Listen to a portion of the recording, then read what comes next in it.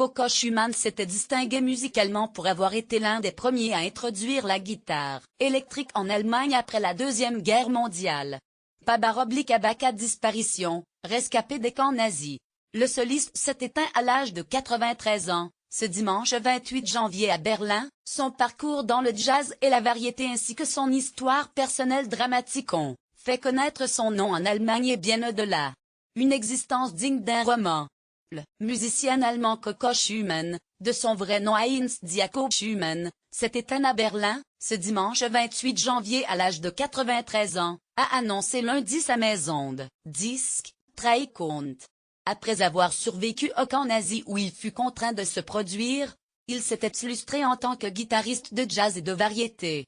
Lire aussi, moins l'écrivain Aaron Appelfield, rescapé de la Shoah, et Mourtil s'était distingué musicalement pour avoir été l'un des premiers à introduire la guitare électrique en Allemagne après la Deuxième Guerre mondiale, ainsi que pour une multitude de concerts avec son quartet Coco Schumann.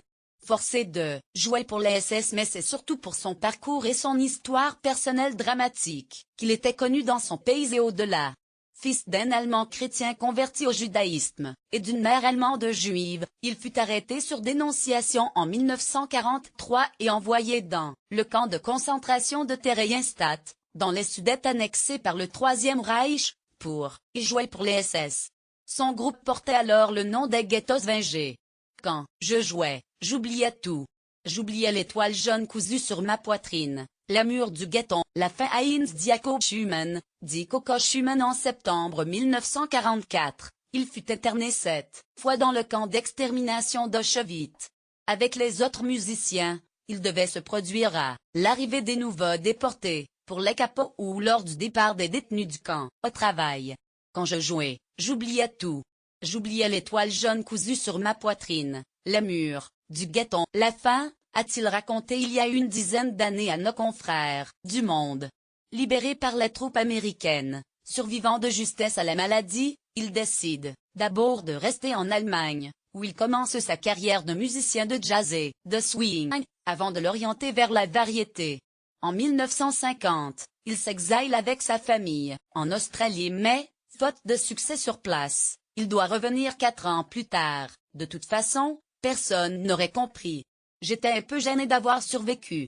Et puis, je voulais être reconnu comme musicien, pas comme rescapé d'Auschwitz. Heinz Jakob Schumann, dit Coco Schumann, ulcéré par les négationnistes. Il finira par publier un livre de souvenirs en 1997, le Ghetto Swinger, qui sera mis en scène dans un musical très remarqué à Hambourg, en 2012. Pendant longtemps, il a peu parlé de la déportation. De toute façon, personne n'aurait compris. J'étais un peu gêné d'avoir survécu, a-t-il encore confié au Monde.